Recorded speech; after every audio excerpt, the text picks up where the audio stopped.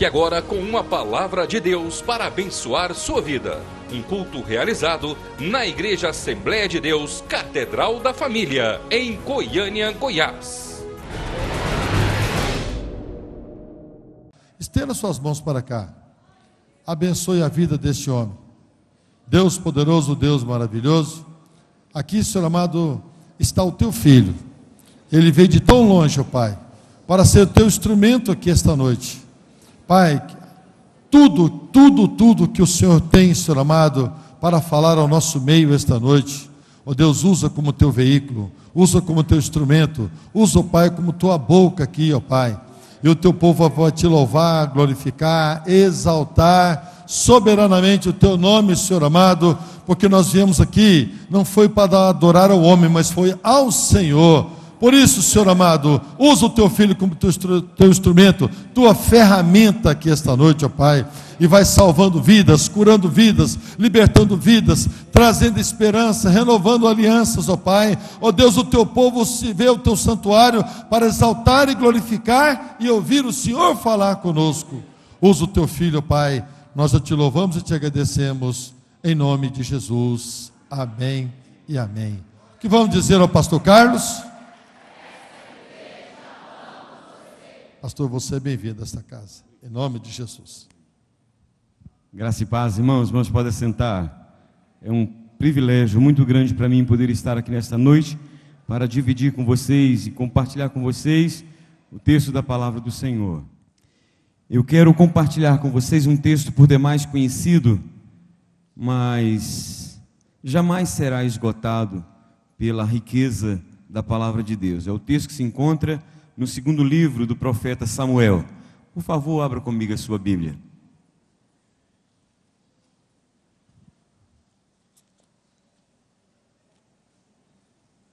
Capítulo 11.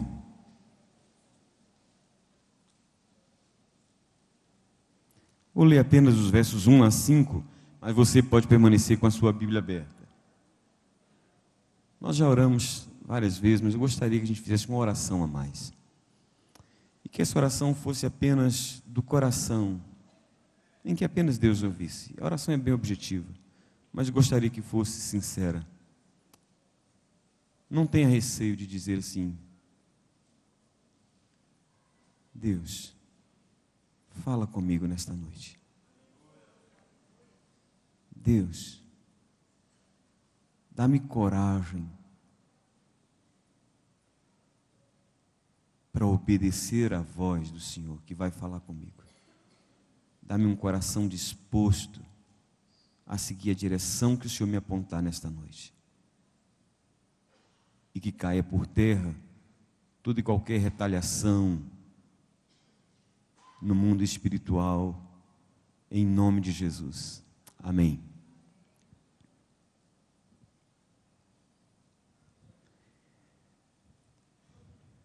Segundo Samuel, capítulo 11. Decorrido um ano, no tempo em que os reis costumam sair para a guerra, enviou Davi a Joabe e seus servos com ele e a todo Israel, que destruíram os filhos de Amon e sitiaram Rabá. Porém Davi ficou em Jerusalém. Uma tarde, levantou-se Davi do seu leito e andava passeando no terraço da casa real. Daí viu uma mulher que estava tomando banho, e era muito formosa. Davi mandou perguntar quem era. Disseram-lhe: é Batseba, filha de Eliã, a mulher de Urias o heteu. Então enviou Davi mensageiros que a trouxessem. Ela veio e ele se deitou com ela. Tendo-se ela purificado da sua imundícia, voltou para sua casa. A mulher concebeu e mandou dizer a Davi: estou grávida. Apenas um texto base. Permanece com a sua Bíblia aberta, porque voltaremos a esse texto. Uma das piores coisas que pode acontecer com a saúde de uma pessoa é uma doença mal curada. Eu creio que nós devemos ter alguns médicos aqui nesse auditório, ou pessoas que trabalham na área da saúde, e pode confirmar o que eu estou dizendo aqui. A doença mal curada, ela é terrível. Ela sempre volta na forma de outra doença e quase sempre uma doença mais grave. Uma bronquite mal curada pode se transformar numa pneumonia. Eu poderia falar aqui de várias enfermidades que, se não bem tratadas, não bem curadas, elas voltam com força maior e causam um estrago maior do que aquela primeira. Na vida espiritual não é diferente. Quando o pecado não é devidamente resolvido, ele sempre traz complicações para um problema que já era grave. Foi isso que aconteceu com Davi. Depois que ele adulterou com Batseba, a mulher do seu comandante, ele, em vez de resolver o problema na raiz, ele tenta encontrar subterfúgios, alternativas, atalhos, e quanto mais atalho ele busca para resolver o problema, mais ele agrava um problema que já era por si só muito grave.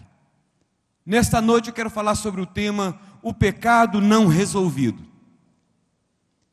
No desejo de que o Senhor, o Espírito Santo de Deus, possa de alguma forma tocar o nosso coração, porque todos nós estamos sujeitos a passarmos por situações assim. Não resolvermos da forma correta aquilo que deveria ser resolvido. O pecado não resolvido, em primeiro lugar, nos leva de um lugar ruim para outro pior. De vez em quando eu encontro pessoas que dizem assim: pastor, como é que você está, meu irmão? Pergunto para ele, diz: pastor, pior do que está, não pode ficar. Eu falei: engana-se. Nada é tão ruim que não possa piorar. Não tem nada na vida que seja tão ruim que não possa piorar. Assim como também, quando de vez em quando eu pergunto para uma pessoa: meu irmão, como é que você está? Ele diz: pastor, se melhorar estraga. Não é verdade. Nada é tão bom aqui na terra que não possa melhorar. Só no céu nada poderá ser melhorado. Mas enquanto estivermos na terra, tudo, por melhor e mais perfeito que esteja, pode ser melhorado.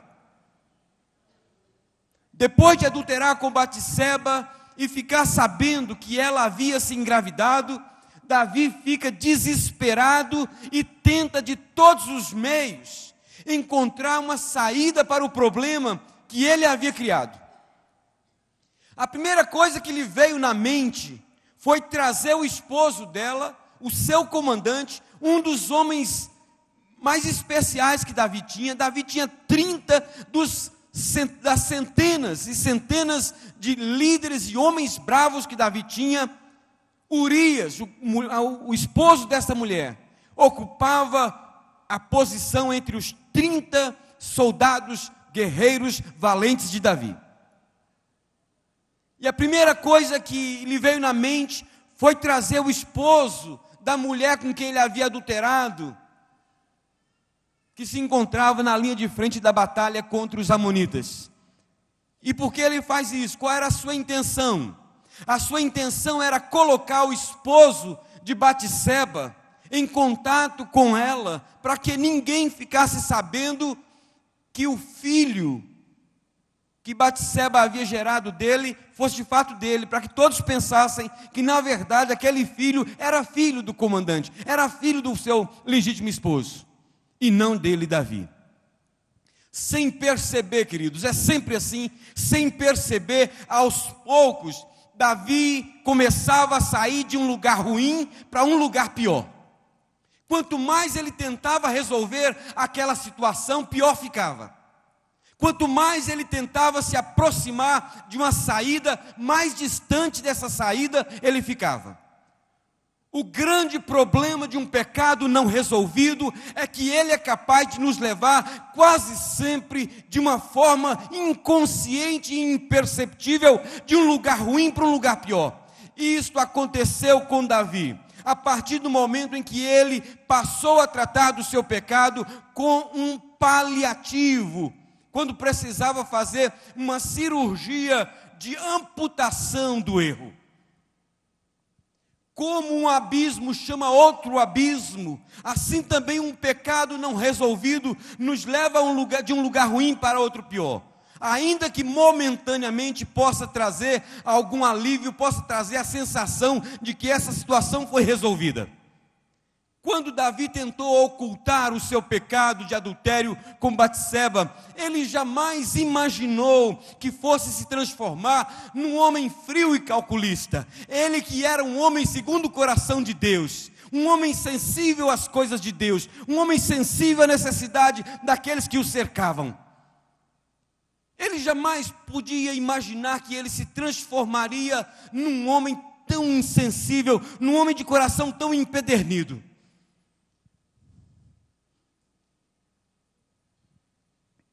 A ponto de tramar a morte do homem que defendia a sua família, do homem que defendia a sua própria vida, do homem que defendia o seu reino. Isso nos mostra uma coisa, amados: não há limites para onde o pecado não resolvido possa nos levar. Quando você acha que chegou ao fundo do poço, ele é capaz de nos levar ainda para mais além. É assim que moças de bons princípios, ao se engravidarem fora do casamento, chegam ao ponto de praticarem o aborto, algo que antes era uma coisa abominável. É assim que muitos de nós fazemos coisas que jamais imaginávamos que fôssemos capazes de fazer, por mais espirituais que nós naquela ocasião tenhamos sido. Mas quando há um pecado não resolvido na nossa vida, nós nos tornamos pessoas irreconhecíveis por nós mesmos. Se você analisar a vida de muitos personagens da Bíblia e da igreja, ao longo dos anos, irá descobrir que eles só foram capazes de praticar determinados pecados porque não resolveram pecados menores que ficaram para trás.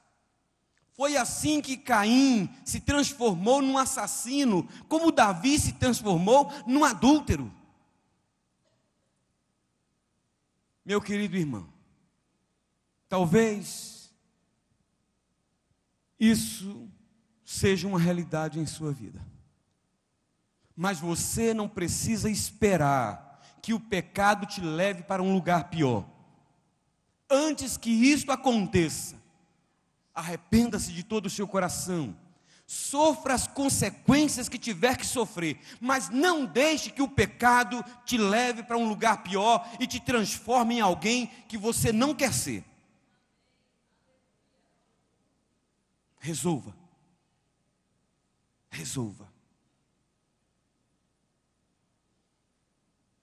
O pecado não resolvido, em segundo lugar, nos leva a ficar refém de nossos erros e dos outros. Nos leva a ficar refém dos nossos erros e dos outros.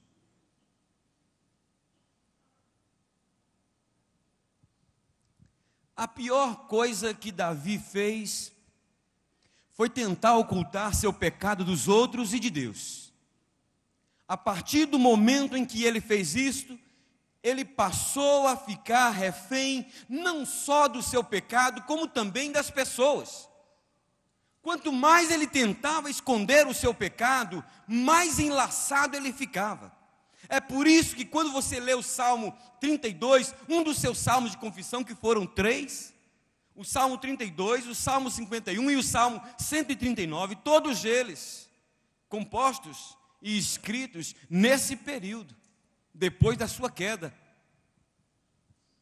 Ele diz no Salmo 32: enquanto calei, enquanto eu silenciei, enquanto eu tentei camuflar o meu pecado, enquanto eu não pude olhar olhos nos olhos com o meu pecado e me confrontar, ou me deixar ser confrontado, enquanto eu calei os meus pecados, envelheceram os meus ossos pelos meus constantes gemidos, porque a tua mão pesava dia e noite sobre mim, e o meu vigor se tornou em sequidão de estio. Mas sabe quando que as coisas começaram a ser resolvidas na sua vida? Sabe quando as coisas começaram a clarear na sua vida e ele começou a andar de novo de cabeça erguida? Ele vai contar no seu salmo e ele diz: confessei-te o meu pecado e a minha iniquidade não mais ocultei, e disse: confessarei ao Senhor as minhas transgressões. E aí vem o efeito: e tu, Senhor, perdoaste a iniquidade do meu pecado. É assim que começa a solucionar, assim que as coisas começam a ser resolvidas. A grande questão agora era: como é que ele iria fazer isso? Como é que ele iria tentar resolver esse problema por um atalho? Porque ele tenta de um jeito e não consegue. Mas ele não quer resolver da forma certa, ele quer resolver através de um atalho. E ele começa então a pensar: como é que eu vou fazer isso? Como é que eu vou sair desse imbróglio? Como é que eu vou sair deste problema que eu causei? E ele pensa: bom, eu não estou no fronte de batalha. Porque se eu estivesse lá, poderia eu mesmo arranjar um jeito e fazer com que Urias pudesse cair nas mãos dos seus adversários. Oh, tenho uma ideia. Uma maligna ideia. Escreveu uma carta para o seu comandante Joabe e pede para Joabe colocá-lo na linha de frente, afastar os soldados e deixá-lo sozinho para que morra de forma injusta.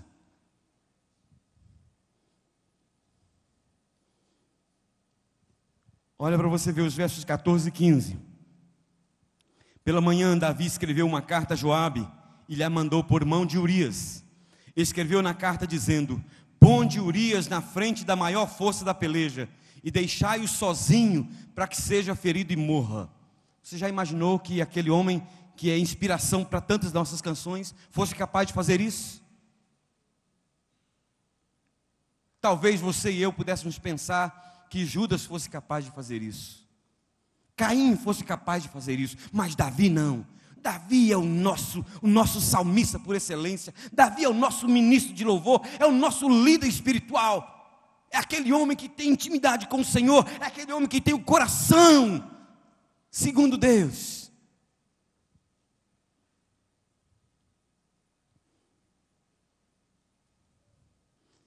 Quando Davi escreveu aquela carta, amados, ele só estava pensando na forma como ele iria se livrar daquele problema, ou melhor, daquele pecado.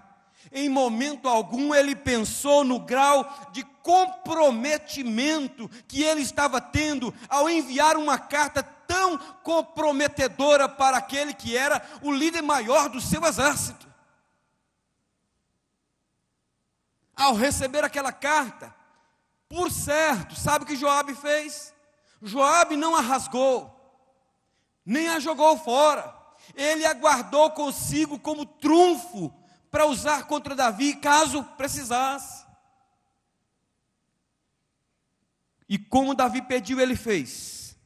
Agora, em vez de ter um problema em suas mãos, Davi tinha dois, sendo que o segundo era maior que o primeiro, porque agora ele estava na mão do seu comandante. Antes ele estava na mão só da sua consciência, que o acusava. Agora ele estava na mão do seu comandante. Ele era o rei, mas era o comandante quem dava as cartas. Quando você lê a história de Davi, você vai entender um pouquinho por que durante todos os seus 40 anos de ministério, no reinado à frente de Israel, por que Joabe teve um domínio sobre Davi. Por que Davi comia na mão de Joabe, se Davi era o rei maior, era o maior líder de Israel? Mas por que Davi tremia de medo de Joabe?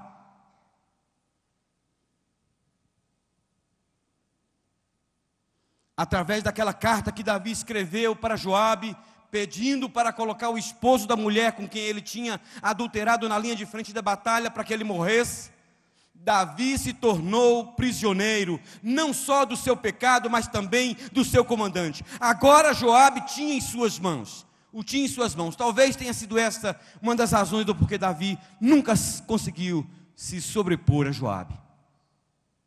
Vou contar uma ilustração que talvez ajude-o a entender melhor o que eu estou dizendo. 2 irmãos foram passear na casa dos seus avós, numa época de férias. Felipe, Um garoto que eu imagino que deveria ser assim como o meu amigo Júnior aqui, assim, muito esperto, muito vivo, muito, não é? E o Felipe ganhou um estilingue. Para aqueles que não são do interior, estilingue é uma bifurcação de madeira em que se coloca duas tiras de borracha, não é? E lá em cima, lá no fundo, coloca com um pouco de couro, e ali se coloca uma pedra e puxa e atira lá dentro. Uma baladeira, eu não sei como se chama aqui em Goiás. E Felipe estava todo empolgado com a sua nova arma, mas só que Felipe era ruim de pontaria. Todo lugar que ele apontava, ele errava. Mas esses negócios é sempre assim, né? Num daqueles momentos, o Felipe vê um pato de criação da vovó, o xodózinho da vovó. E o Felipe assim, já que eu não acerto em nada mesmo, eu vou tentar atirar aquele pato. No que ele tenta atirar no pato, não é que ele acerta na cabeça do pato e o pato morre. E o Felipe agora tinha um grande problema. Ele ficou chocado e triste, entrou em pânico e escondeu o pato no meio de um lixo que lá estava. Só que a Beatriz, a irmã do Felipe, uma menina maior do que ele, mais esperta, viu a cena e não disse nada para os seus avós. Após o almoço do dia seguinte, a vovó disse assim: Beatriz, querida, eu quero que você me ajude a lavar as louças. E a Beatriz falou assim: vovó, o Felipe é que disse para mim que ele é que vai ajudar a senhora. E cochichou no ouvido dele. Lembra do pato? E o Felipe falou assim: sim, vovó, eu que vou te ajudar. Foi. E o negócio começou a esquentar. Mais tarde o avô perguntou para as crianças, para os dois assim, se eles queriam pescar. E a vovó disse assim: desculpe, mas eu preciso que a Beatriz me ajude a fazer o jantar e arrumar a casa. A Beatriz sorriu com o canto da boca e disse assim: está bem, mas o Felipe me disse que ele que quer ajudar a senhora. E sussurrou assim no ouvido do Felipe: lembra do pato? E o Felipe disse: sim, vovó, eu vou lá ajudar a senhora, mas doido para ir para pescar. Após vários dias, o Felipe sempre ficava fazendo o trabalho de Beatriz, até que ele finalmente, não aguentando mais, confessou para a avó que tinha matado o pato. A avó o abraçou e disse: meu filho, eu sei, eu estava na janela e vi tudo, mas porque eu te amo, eu te perdoei. Eu só estava me perguntando, durante todos esses dias, por quanto tempo você iria deixar a Beatriz fazer você de escravo. Meu querido irmão, quem sabe essa também tem sido a sua realidade. Quem sabe você tem se transformado num refém, não apenas do seu pecado, mas também de pessoas que se tornaram cúmplices dos seus pecados e agora você não sabe como sair. Mas nesta noite, em nome de Jesus, você vai sair dessa igreja aqui diferente. Você não vai sair refém mais. Nesta noite você vai sair liberto. Em nome de Jesus. Um pecado não resolvido, em terceiro lugar, nos leva a ficar condescendentes conosco mesmos e duros com os outros. Um pecado não resolvido nos leva a ficarmos condescendentes conosco mesmos e duro com os outros. Logo depois de adulterar com Batseba, a esposa do seu comandante, o Senhor levantou o profeta Natã e o enviou à casa de Davi para o reprovar. Só que Deus deu uma estratégia para o profeta, e ao chegar à casa de Davi, o profeta lhe contou a seguinte história. Tinha um homem, este homem era muito humilde, um homem muito simples, e ele tinha uma ovelha criada dentro da sua casa desde pequenininha. Essa ovelha era tão amada desse homem, que ela dormia na sua própria casa. Esse homem cuidava dela com todo amor, com todo carinho. Mas tinha um homem rico, que era vizinho desse homem, que tinha um rebanho grande de ovelhas. E ao receber uma visita, o que ele fez? Ele foi lá na casa daquele homem, que tinha apenas aquela ovelha, e a tomou para si, a matou, e a deu para o seu visitante, para o seu convidado. E Davi não esperou nem Natã contar a história, disse: esse homem tem que morrer. E Natã, com a coragem de um profeta, que não é comum nos dias de hoje, aponta o dedo e diz: você é este homem. Você é este homem. Ao ouvir a história contada pelo profeta, diz-nos o texto que Davi ficou furioso com o homem rico que tomou a ovelha do homem pobre para preparar para o visitante que acabara de chegar em sua casa, dizendo que aquele homem deveria morrer. Mas quando o profeta disse que ele era aquele homem, ele mudou de ideia, ele já não pensava mais dessa mesma forma, ele já não achava mais que aquele homem deveria morrer. O pecado mal resolvido em nossa vida geralmente nos leva a agir assim. Via de regra, nos tornamos implacáveis com os outros e complacentes, condescendentes conosco mesmos. A parábola que o profeta Natã contou se aplica perfeitamente a muitos de nós, porque é assim que muitos de nós temos feito. Queremos que os outros sejam compreensíveis, tolerantes, misericordiosos para conosco quando erramos, quando pecamos, mas nos tornamos implacáveis, intolerantes, duros, sem compaixão com os outros quando eles pecam. Por incrível que pareça, na maioria das vezes, não são os que estão com os seus corações limpos, não são os que gozam de uma comunhão profunda com o Senhor, que são assim tão insensíveis com a fraqueza e com a dor e o sofrimento do outro, e sim, o que tem alguma pendência, algum pecado mal resolvido em sua vida, a exemplo do que aconteceu com Davi. Uma das evidências de que o pecado que nos feriu foi devidamente resolvido em nossa vida é a forma como vemos o pecado na vida do outro, por pior que ele seja aos nossos olhos e aos olhos de Deus. Quando isso acontece, dificilmente nos assentamos na cadeira do juiz, no lugar de um dedo em riste, apontando na direção do pecador, surge sempre uma mão amiga estendida. Em vez de um olhar de desprezo e de acusação, surge sempre um olhar de misericórdia e compaixão, porque você sabe que um dia você esteve lá. Por mais que você tente esconder dos outros quem de fato você é, mas você sabe que um dia você esteve lá no pecado também. E quem sabe que um dia esteve lá e sabe como que é doloroso estar lá, normalmente ele não fica com o dedo apontado, só os hipócritas é que fazem assim, porque aqueles que têm corações sensíveis e que estão cheios da graça e do amor de Deus, ele tem sempre uma mão amiga, ele sempre é compassivo, é generoso, ainda que não concorde com o pecado do outro, mas ele é sempre misericordioso. Talvez esteja faltando isso nos nossos dias, em nosso meio, queridos.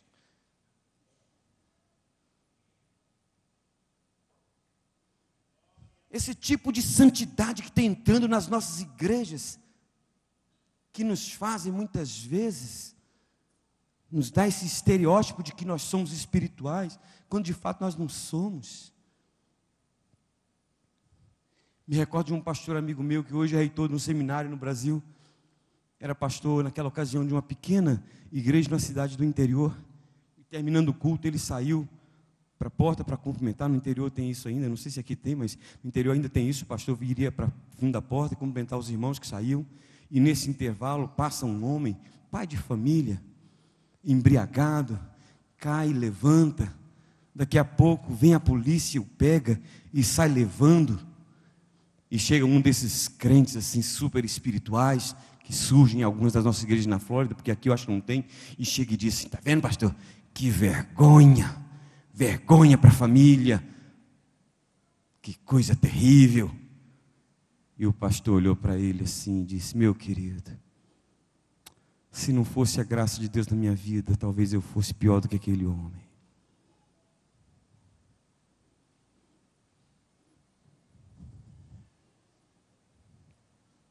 É muito interessante, queridos, quando nós lemos o Salmo, aliás, o livro do profeta Isaías, no capítulo 5, depois não precisa ler agora, depois você dá uma lida, porque ele começa a partir do verso 8, uma série de ais contra o povo, dizendo: ai dos gananciosos, ai dos que se dão à bebedice, ai dos que se comprazem no pecado, ai dos que ao mal chamam bem e ao bem mal, ai dos que são sábios aos seus próprios olhos, ai dos que praticam o suborno, que justificam o perverso e negam justiça ao justo. Depois dessa série de ais, ele tem uma experiência extraordinária com o Senhor, em que ele o vê assentado em um alto e sublime trono, no capítulo 6, cercado de seres celestiais, que clamavam uns para os outros, dizendo: santo, santo, santo é o Senhor dos exércitos, toda a terra está cheia da sua glória. E na hora que ele tem aquela visão extraordinária, gloriosa desse Senhor, que é santo, ele diz: ai de mim, estou perdido.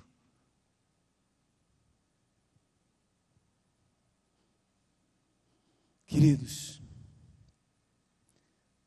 talvez nós estejamos precisando ter essa visão desse Deus, de uma forma diferente do que talvez temos tido.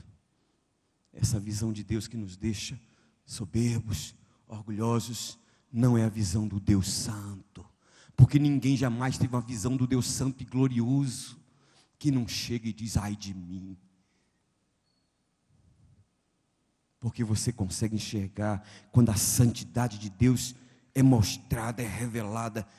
Você não consegue enxergar outra coisa a não ser a sua mediocridade, a sua pequenez, a sua miséria. E você então clama pela graça e pela misericórdia do Senhor sobre a sua vida.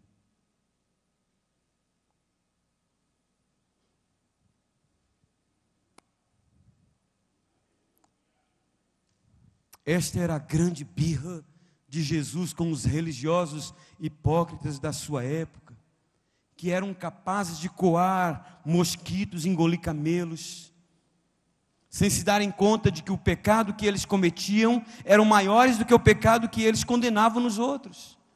Às vezes não é assim conosco, queridos.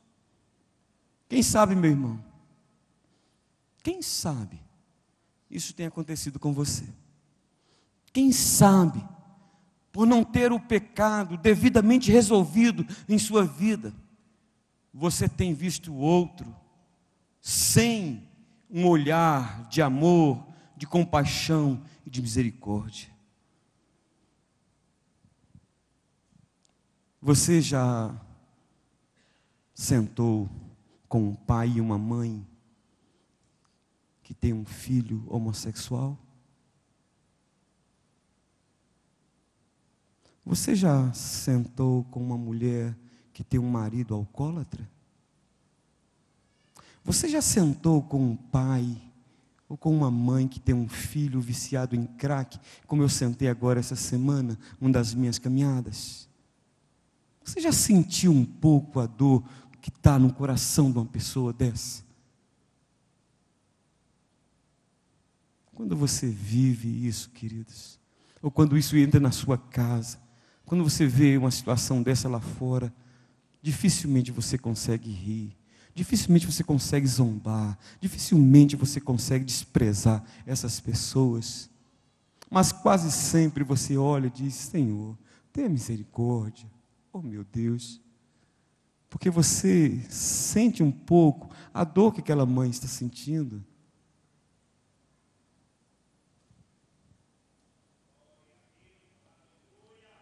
Eu quero concluir a mensagem dessa noite, dizendo-lhe estas palavras finais, que eu espero que de alguma forma possa gerar vida em nós, e possa trazer despertamento espiritual para nós. Apenas relembrar, primeiro,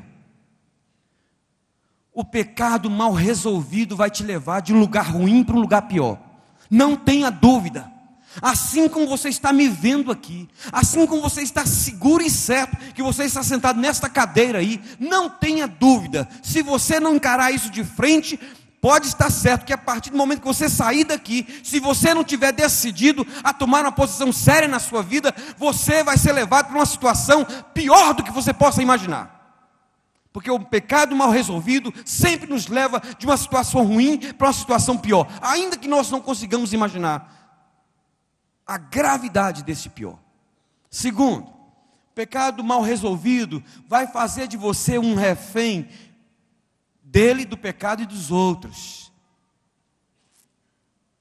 Terceiro, pecado mal resolvido vai te fazer ficar complacente consigo mesmo e duro com os outros. Duro com os outros. Só há uma forma disso não acontecer. Não tem duas, não tem três. Só há uma forma disso acontecer. E que eu espero em nome de Jesus que isso aconteça aqui agora.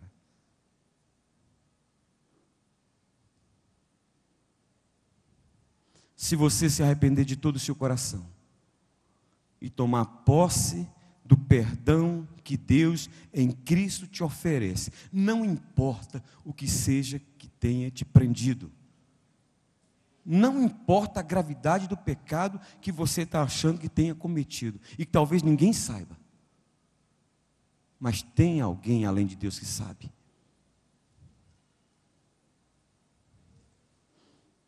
Eu era pastor numa cidade aqui no Brasil. Num determinado dia,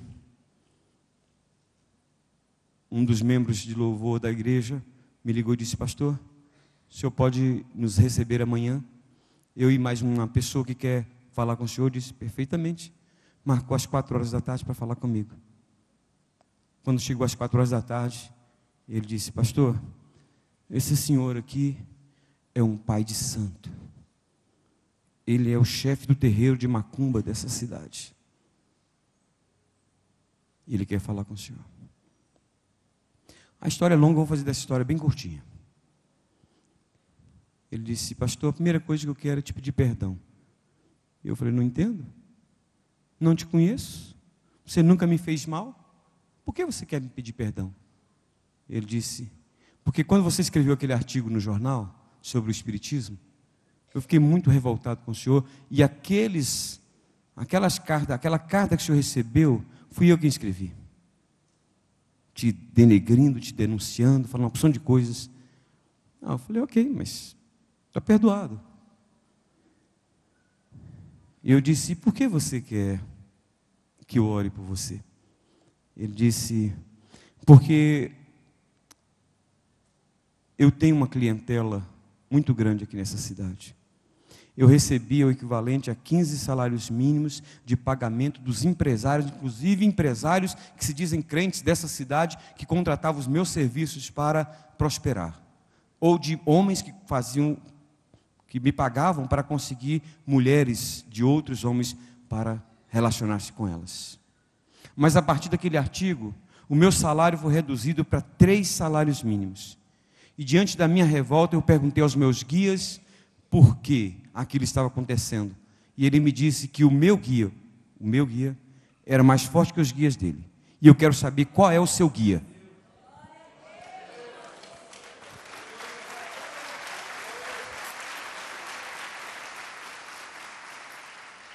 Eu disse: o meu guia é o Senhor dos senhores, Rei dos reis, Jesus Cristo, aquele que derrotou os principados e as potestades, os expôs ao desprezo, triunfando deles na morte. Bom, a história é longa, mas eu quero fazer curto só para chegar no ponto que eu quero chegar. Descemos para uma sala e fomos para o momento da oração. Na outra ocasião, se o pastor Saulo me deu a oportunidade, eu conto a história toda, mas hoje só essa aqui para encerrar. Aí ele disse: pastor, o meu pai foi o dono do terreiro, mas o meu pai nunca teve a preparação que eu tive. Eu me formei num dos maiores terreiros do Rio de Janeiro e vim para cá para poder fundar um centro nessa cidade e nas cidades vizinhas. Conheci alguns dos maiores políticos do Rio de Janeiro.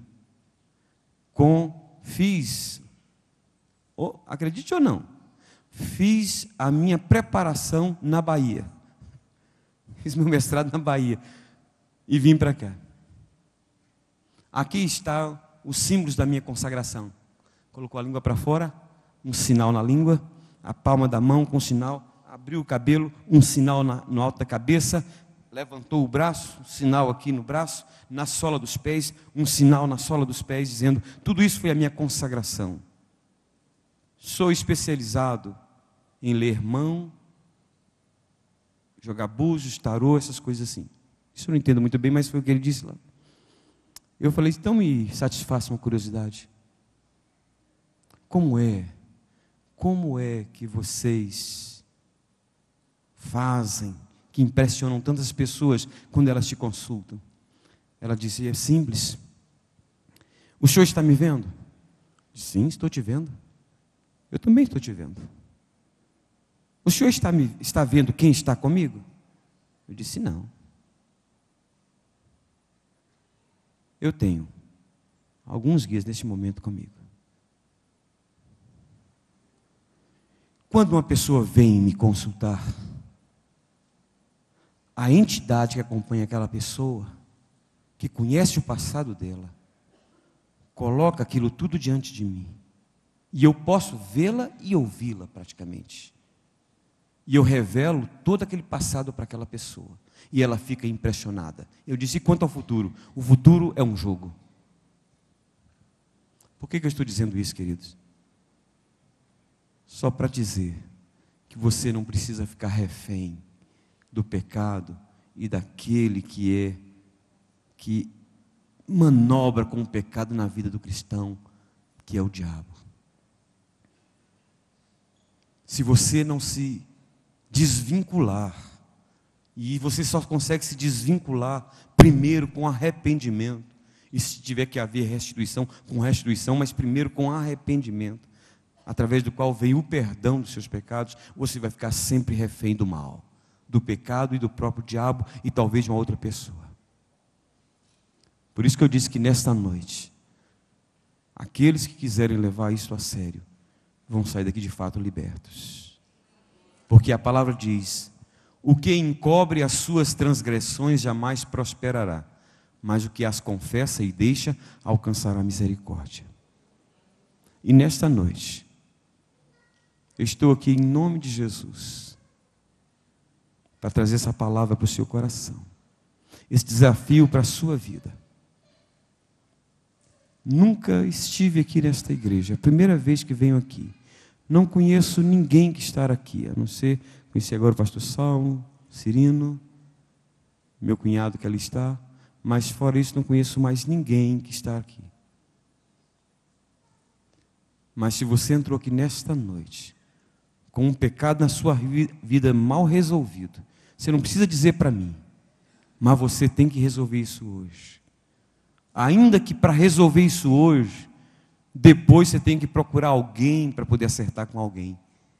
Mas esse é o segundo passo, porque o primeiro é aqui no altar. É com o Senhor. E depois as outras coisas vão se acertar.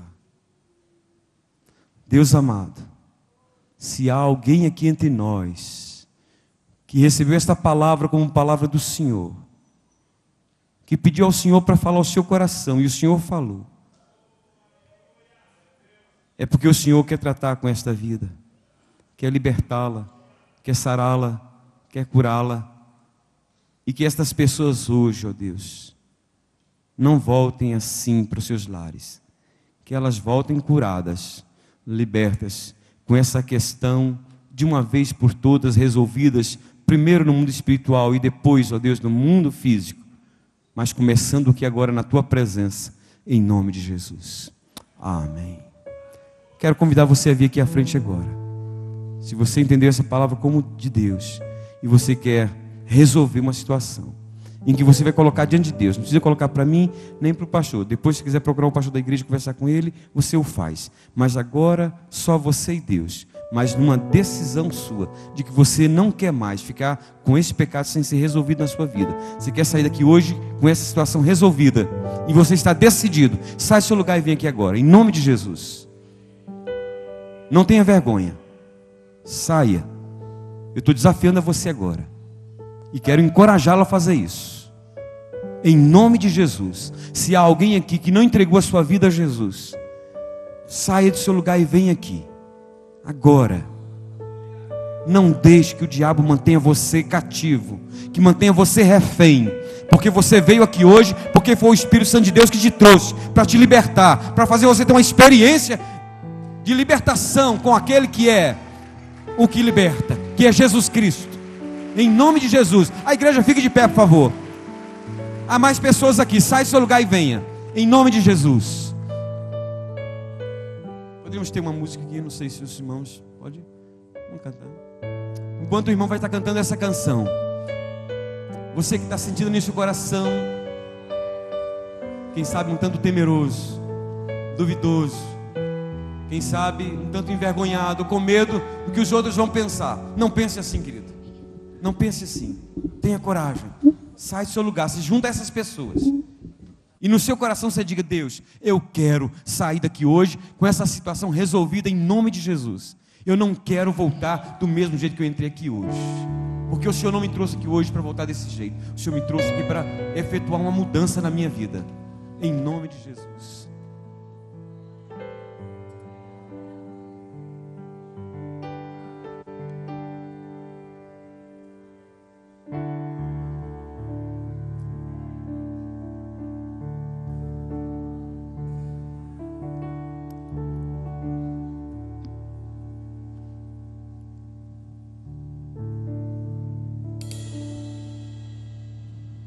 Neste lugar, tu és real.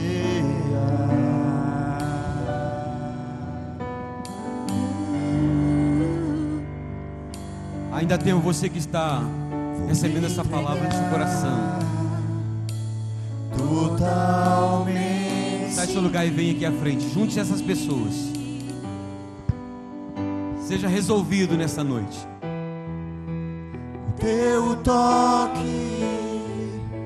abriu os olhos do meu coração. Oh Deus, Eu posso, oh Deus, enxergar. caminha entre nós nessa noite, Senhor. Vai tocando, ó Deus, as vidas aqui nesse momento, ó Deus. Aqueles que ainda, ó Deus, estão presos aos seus bancos, que em nome de Jesus, essas cadeias sejam quebradas, ó Deus. Que elas sejam livres agora, ó Deus. Sejam resolvidas, ó Deus. Que decidam não voltar mais para suas casas, ó Deus, com essa questão pendente nas suas vidas.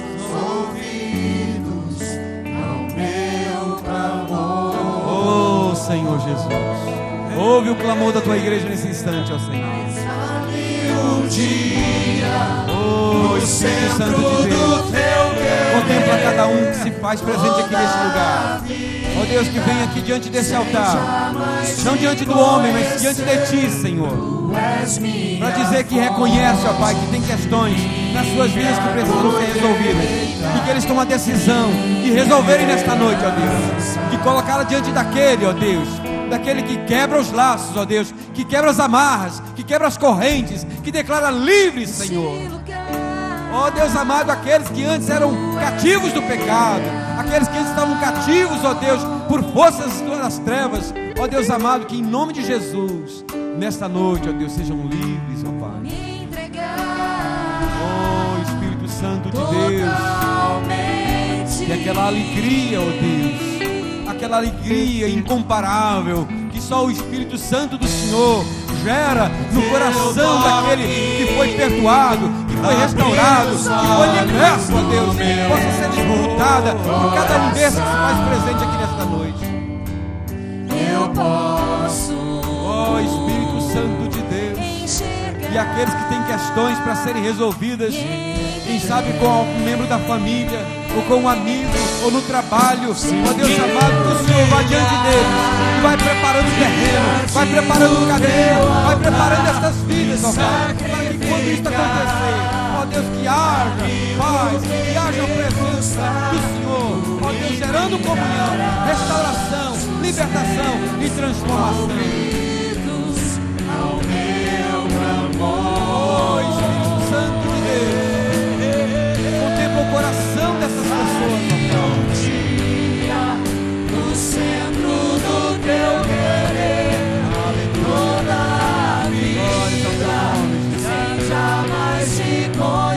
sei, tu és minha fonte, minha glória. Oh Deus amado, que essas pessoas aqui na frente se sintam abraçadas por ti. Oh Jesus, assim como aquela mulher naquele dia, oh Deus, foi abraçada por ti, Jesus, pelo teu amor. Depois de terem sido acusados, ó Pai, foi abraçada pelo teu amor. Que essas pessoas aqui, ó Deus, se sintam abraçadas por ti nesse instante. E aquele dedo, ó Deus, que antes estava estendido em riste, ó Deus, se transforme numa mão, uma amiga, para levantar e abraçar, Jesus.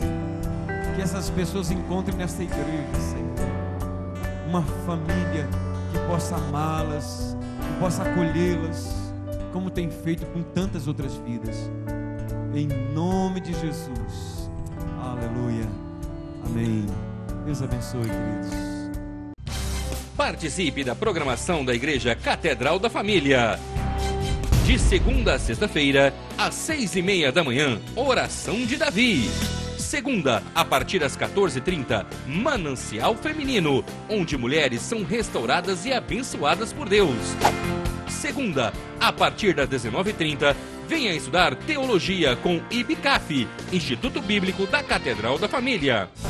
Terça-feira, às 19h30, venha ser um intercessor na Escola de Intercessão. Quarta-feira, às 19h30, culto de ensino da Palavra de Deus. Quinta-feira, às 20 horas, reunião dos adolescentes, Geração Daniel.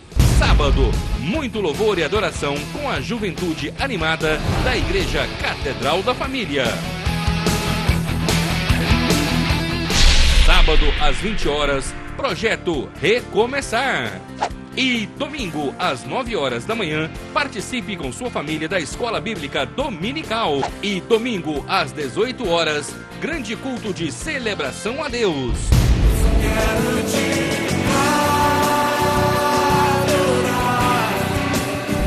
A Igreja Catedral da Família disponibiliza ainda para você cursos para edificar a sua vida.